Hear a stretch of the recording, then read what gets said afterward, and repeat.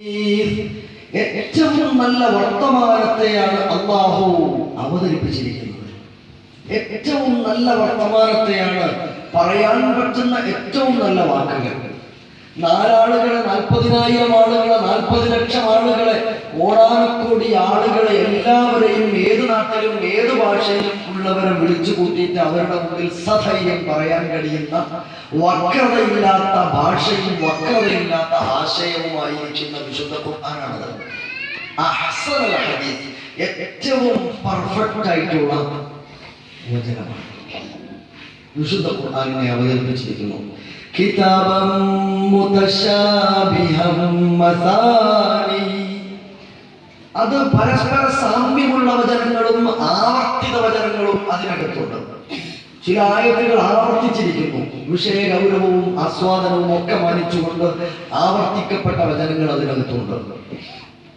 അതേപോലെ തന്നെ ആ ഗ്രന്ഥത്തിലെ പല വചനങ്ങളും സാമ്യമായ വചനങ്ങളുണ്ട്. അങ്ങനെയുള്ള വേദഗ്രന്ഥത്തെയാണ്, ഏറ്റവും നല്ല വർത്തമാനത്തെയാണ് അല്ലാഹു ഇറക്കിയിരിക്കുന്നത്. അതിന്റെ പ്രത്യേകത എന്താണെന്നറിയോ?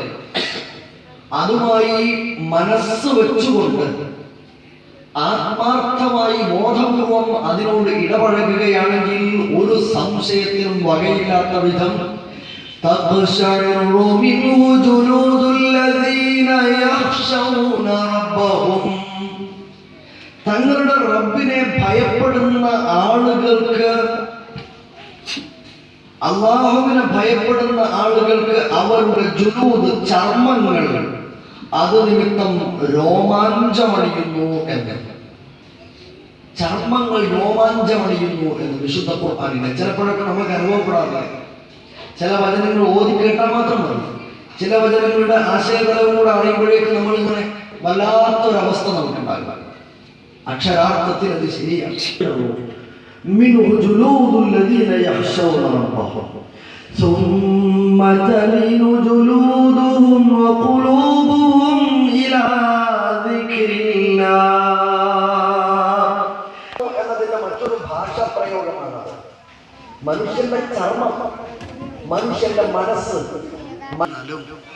ഒരുപാട് ആളുകൾക്ക് ഇമാമത്ത് നിൽക്കുന്ന ഇമാമായിരുന്നാലും വിശുദ്ധ ഖുർആനിലൂടെ അയാൾ ഏറെ വിനീതനാവുന്ന അവസ്ഥയുണ്ടാകുന്നു എന്ന് പഠിപ്പിക്കുക. എത്ര വളർച്ചയുണ്ടാകുമ്പം പലപ്പോഴും ഒരുപാട് ആളുകളുണ്ട്. അതില്ലാത്ത അവസ്ഥ. വിശുദ്ധ ഖുർആനിന്റെ പഠനം അവന്റെ അകം അഥവാ ഉള്ളതായി നിർമ്മലമായി വരും എന്നാണ്. സഹോദരങ്ങളെ, സഹോദരികളെ, വിശുദ്ധ ഖുർആനിന്റെ പഠനം ആ നിലയിൽ സ്ഥിരമായി പഠിച്ചു പോകാം. എന്നിട്ട് അല്ലാഹു പറഞ്ഞു, ذَلِكَ هُدَى اللَّهِ, അതത്രേ അല്ലാഹുവിന്റെ മാർഗ്ഗമെന്നത്. ആ മാർഗത്തിൽ പോകാൻ കഴിയണം. യഹ്ദീ ബിഹി മൻ യശാ, അങ്ങനെ അല്ലാഹു ഉദ്ദേശിക്കുകയാണ്.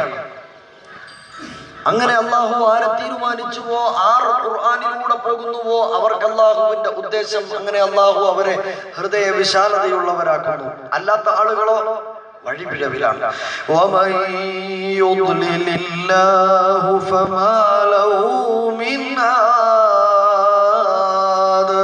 എന്നാൽ ആരെങ്കിലും ആ മാർഗത്തിൽ നിന്ന് തെറ്റിപ്പോവുകയാണെങ്കിൽ തീർച്ചയായും പിന്നീട് അവന് യാതൊരു വഴിയും കാണാൻ സാധ്യമല്ല എന്ന്. സഹോദരങ്ങളെ, സഹോദരികളെ, ഞാൻ എൻ്റെ ഭാഷണം അവസാനിപ്പിക്കാം.